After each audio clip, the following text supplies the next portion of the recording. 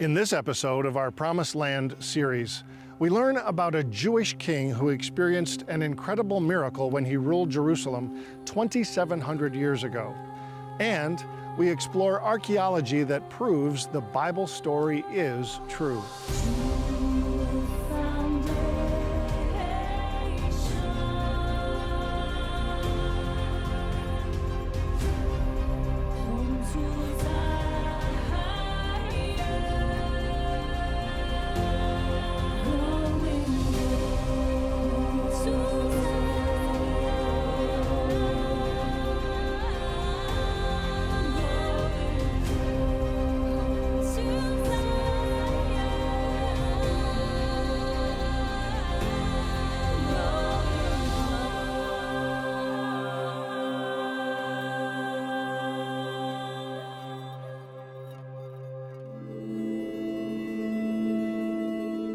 There is no city on earth more important to the Jewish people than Jerusalem. Their history is long and unparalleled, and the significance that this city has to the God of Israel and his people cannot be overestimated. We discovered in previous episodes how God chose not only the Promised Land, but specifically Jerusalem, and we have learned of God's undying love for this sacred city. When 2,700 years ago, King Hezekiah reigned from here, things were looking hopeless for Jerusalem. The armies of Assyria had savagely conquered all other major cities in the Promised Land, and Jerusalem was next. But unlike most kings of Judah, King Hezekiah was an exceedingly righteous and humble king, and he knew the power of prayer. So today, I invite you to visit ancient Jerusalem with me. Together, we will discover the danger King Hezekiah faced, how he prepared, and most importantly, how he prayed. And let's explore the archaeology that brings the miracle God did for Jerusalem to life. Of all the locations Isaac and I covered during our journey across the entire land of Israel, Jerusalem was, as always, my favorite stop. Going back to the original Jerusalem, the ancient city of David is especially an experience like no other. The city of David sits here, just south of the Temple Mount outside of Jerusalem's walls today. And it is here that rich archaeological remains and endless finds give veracity to so many Bible stories. Stories that have inspired me all my life really come alive here. That's why I asked Isaac to take me deep below the city of David to explore incredible archaeological evidence that proves that one of my favorite Bible stories is true. The story about King Hezekiah. And I wanted to learn a bit more about the historical setting of King Hezekiah's reign. Well, Isaac, this is a very intriguing place, always to come. And I have a number of questions I want to ask you about this, but first, I'd love us to get some historical background. Yes. Of course, this is Hezekiah's tunnel, but the reason this became so important was that there were armies from the Assyrians who were attacking all of the cities in Israel and Judah. Tell us, who were the Assyrians and how and why were they so bent on conquering these lands? So, we are talking about 732 BC. We are talking about Assyria. Remember, Assyria is not Syria. Right. Okay, Assyria, we are talking about part of Iraq of today. So they decided to march all the way to this area and to conquer the land of Israel. So when the Assyrians came here, they came from the north. First of all, they occupied the northern part of Israel, Kingdom of Israel, and then 722-21 BC, after they conquered Kingdom of Israel, they started to march all the way to Jerusalem. Remember that Jerusalem, capital city of the Kingdom of Judah, the king in those days was King Hezekiah. Right. So this is the background to our story. Well, Isaac, that was great historical background. Now tell me about the Assyrian army. Was this an army to be feared? Definitely yes. We are talking about the biggest and the strongest army in the world of those days. We are talking about an army of the greatest and the strongest empire of the world in those days. The Assyrian Empire who came here under the leadership of King Sennacherib. So definitely King Hezekiah, he had all the reasons in the world to be terrified. Okay, that's what I wanted to get to. So King Hezekiah, he's sitting here in Jerusalem. He knows they're coming. So talk to us about where we're standing right now and why this is so significant to the story. Excellent. So over here we have the Gihon spring. Gihon, or in Hebrew, Gihon, in translation to English means to burst, because you hear the water bursting from the ground. Now, geographical point of view, Gihon Spring is outside the city. Now, the thing is that in those days, every time when the people in Jerusalem needed drinking water, they had to come outside of the city. They had to come all the way here in order to fill some jars with water. King Hezekiah said, this is too dangerous, because when the Assyrians will come here sooner or later, they will find out where is the Gihon spring. They will send their army here. The army will circle this spring and aim their weapons towards the city gates. So every time when the people in Jerusalem will try to come out of the city to get some water, they will get shot by the Assyrians. So Hezekiah decided to do something genius. He decided to transfer the water from Gihon Spring, which is outside the city, to a pool called the Pool of Siloam, which is southwest from where we are right now, that was inside the city. Don't go away. When we come back, we learn about the incredible way Hezekiah's tunnel was created and discover even more archaeology that proves the Bible story is true.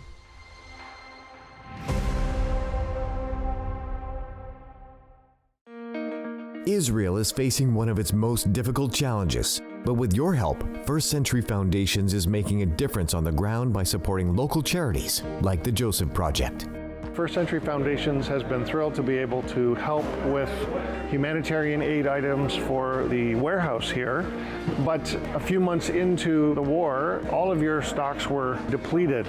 Talk to us about how important it was to get this place restocked. There's a big request for food all the time. People are without a house, without work, and they need this supply, they need this help. So your donations are great help. It's helping the Joseph Project to keep purchasing these items and making sure it's going to the right people in the land of Israel. And we just want to remind you at home that your donations matter. Call today with your gift of $30 or more. 1-877-628-2800.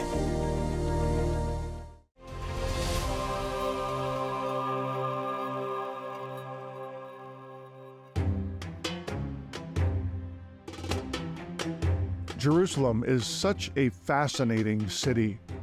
The biblical and Jewish history here extends over thousands of years. One of the Bible stories that really comes to life here is the story about Hezekiah, king of Judah. With Assyrian siege impending and Jerusalem's water source lying outside the city, Hezekiah commissioned a tunnel be dug through the bedrock to bring water from the spring safely into the city, a tunnel 1/3 of a mile long. It's hard for me to believe that this was possible 2,800 years ago. How did he do this? When was this project commissioned and how did they carry it out? Excellent question. So the project was built between 722 to 21 BC.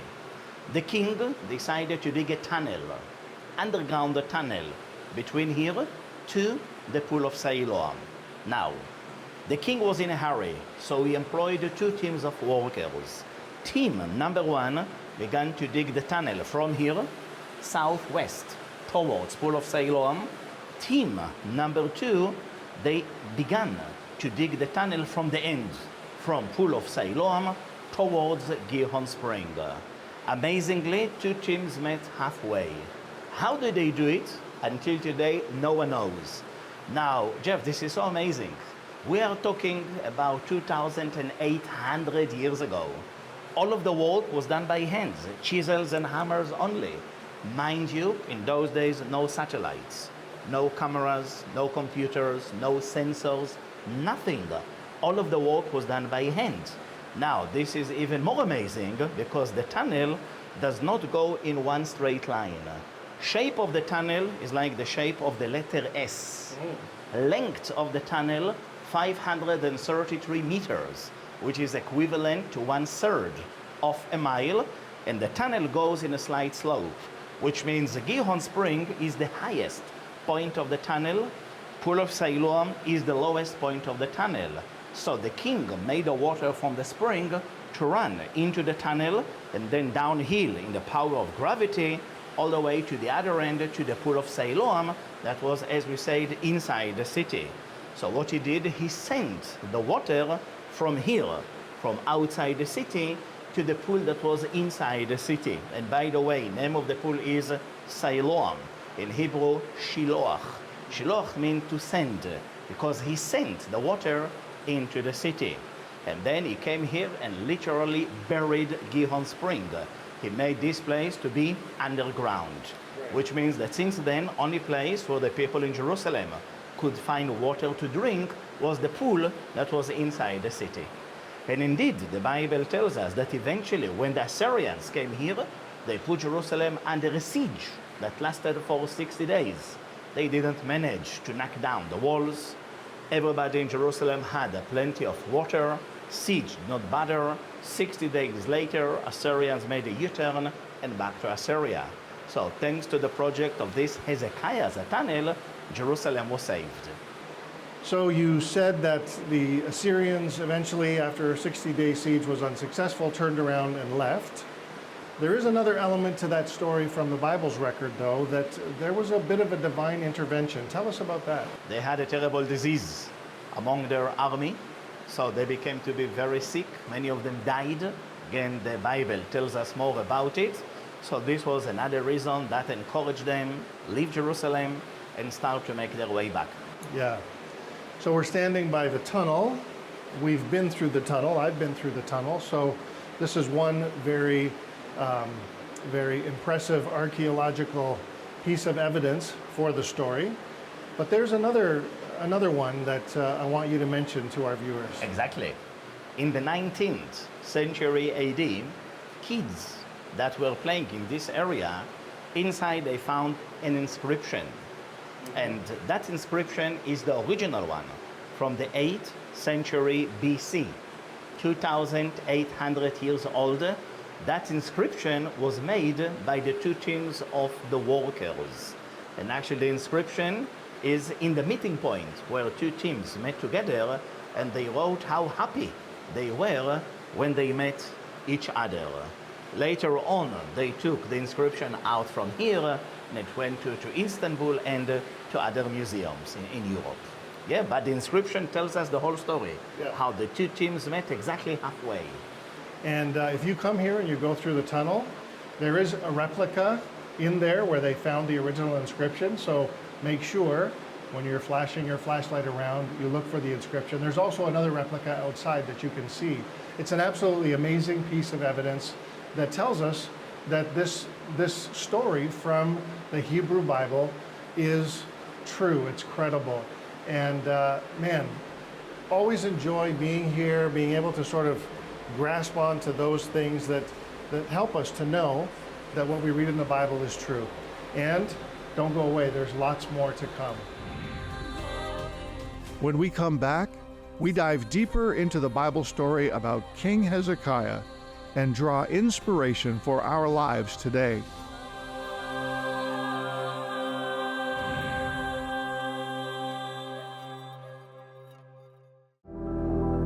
The nation of Israel is continuing to defend themselves against a rising tide of terror and anti-Semitism. However, Israel and the Jewish people are not alone. First Century Foundations has been actively supporting the people of Israel for nearly 40 years, providing food, clothing, and shelter for those in need, especially in these desperate times. When you give a gift of $30 or more, you are not only helping support the people of Israel, you are also showing that you care and are blessing God's chosen people in their hour of need. And when you give your gift, as a thank you, you will receive the bi-monthly newsletter and Israel Prayer Watch. And for monthly donations, we will send you the book, Praying for the Peace of Jerusalem. Call now, 1-877-628-2800, or visit us online at firstcenturyfoundations.com and help the people of Israel during these dangerous times.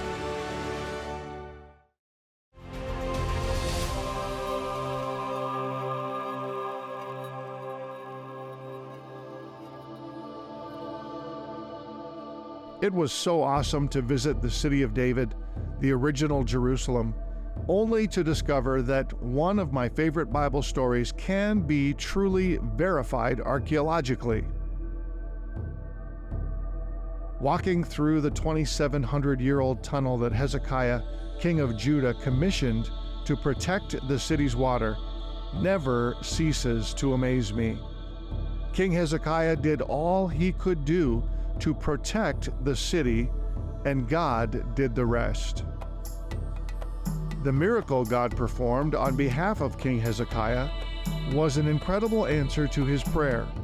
The Assyrian army failed to conquer Jerusalem. Not only does archaeology in Jerusalem verify this story, written on red clay prisms, Sennacherib's annals themselves testify that the siege of Jerusalem resulted in Hezekiah being shut up in Jerusalem, quote, like a caged bird, unquote.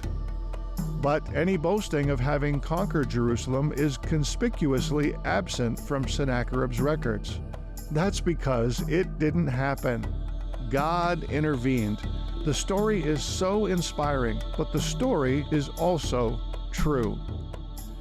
In the annals of history, there are tales of great leaders who, in times of adversity, turned their faces toward the divine for guidance and protection.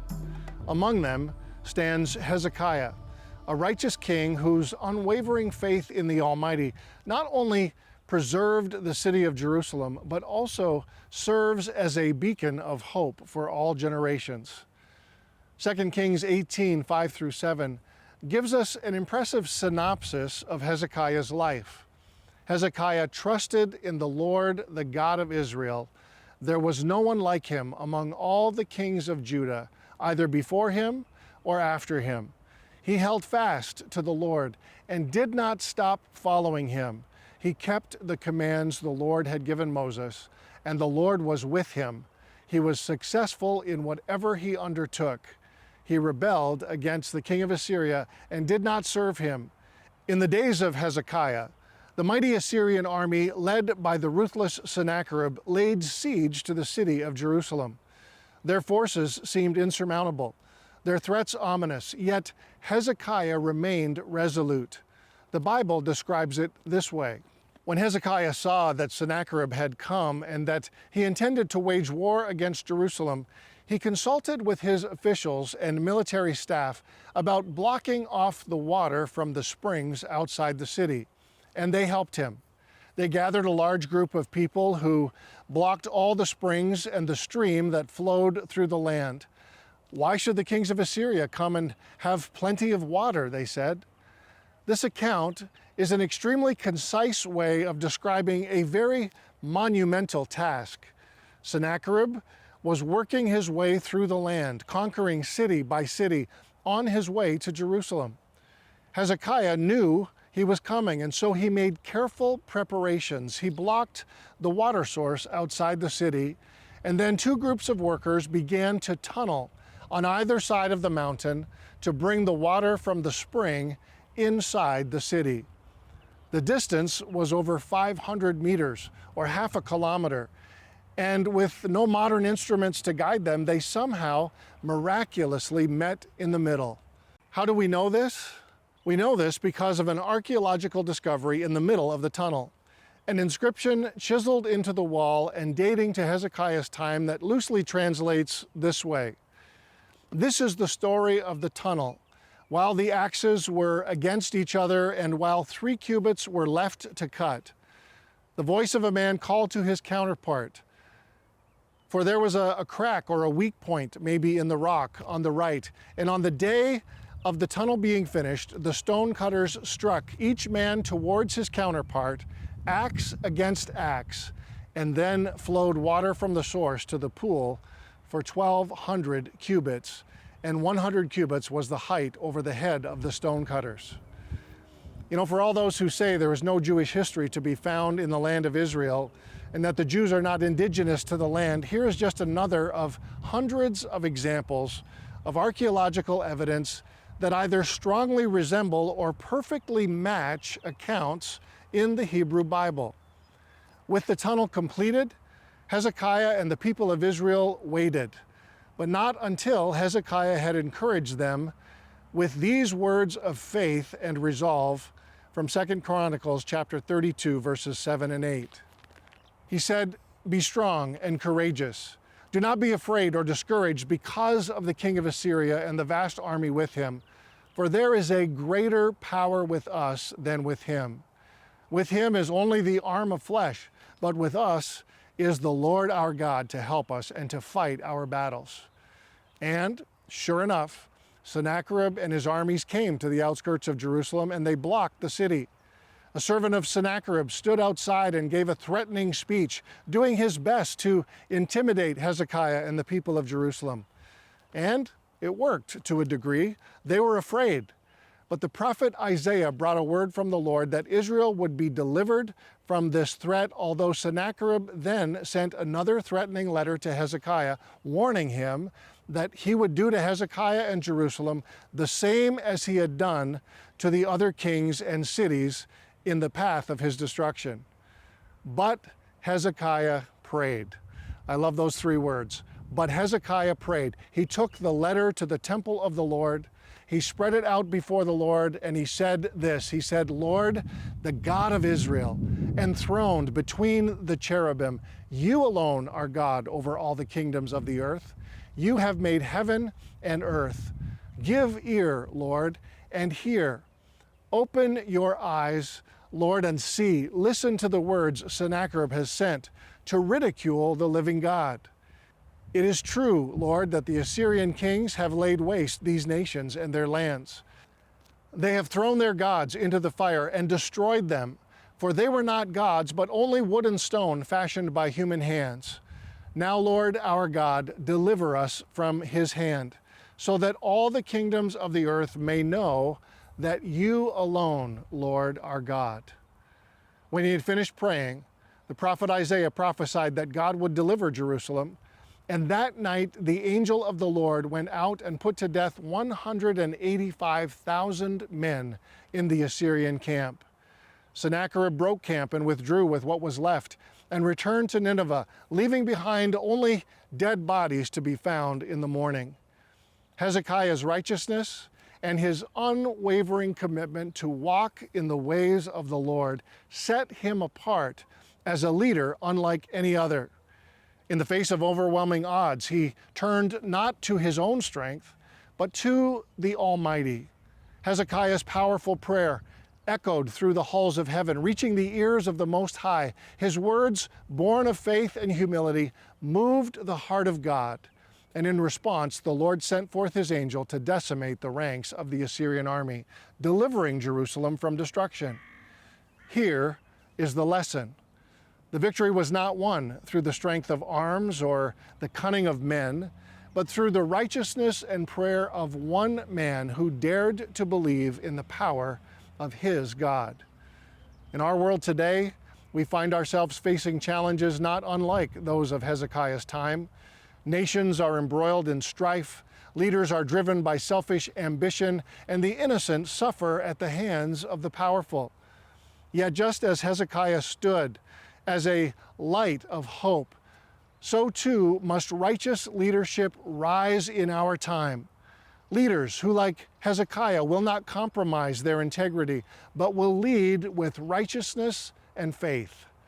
The need for righteous leadership is not just confined to any one nation or people. It is a universal need, one that transcends borders and cultures. For when the righteous rule, the people rejoice, and peace flourishes in the land. The writer of the Proverbs reminds us that righteousness exalts a nation, but sin condemns any people. As believers, we are called to follow in the footsteps of Hezekiah, to pray without ceasing, and to intercede for the nations, just as Hezekiah boldly approached the throne of grace in his hour of need. So too are we invited to come boldly before the Lord, knowing that He hears our prayers and is faithful to answer. But we should note that the psalmist David implores us to pray specifically for this storied city that Hezekiah ruled over in Psalm 122, verses 6 and 7. David wrote, "Pray for the peace of Jerusalem. May those who love you be secure, and may there be peace within your walls and security within your citadels." There has never been a time in the history of the nation of Israel since the Holocaust that we have needed to pray more fervently than since the 7th of October, 2023. And whether or not a war is currently being fought, the battle between good and evil rages on. Prayer is the only answer. Let us therefore not grow weary in well-doing, but let us press on in prayer and faith, trusting that God will once again move mightily on behalf of His people. For as we pray for the peace of Jerusalem, we usher in the kingdom of God here on earth, bringing hope and healing to a world in need. Thank you so much for joining me today as we explored ancient Jerusalem and learned about the incredible miracle God performed here in answer to Hezekiah's prayers. Please join me again next week as we continue to explore the Promised Land, discovering its significance for Israel and its significance for all of us who believe in the powerful God of Israel.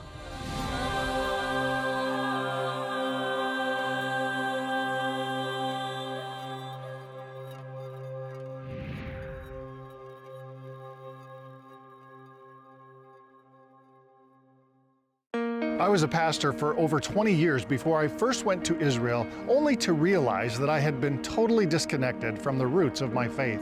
Since then, I've been on a journey of discovery, and my faith has come alive in ways I never could have imagined. I'm Jeff Feuders, Director of First Century Foundations, and I am excited to invite you on my journey to the foundations of our faith, to discover your part in a Bible story that isn't over yet. First Century Foundations exists to reconnect Christians to the foundations of Christianity.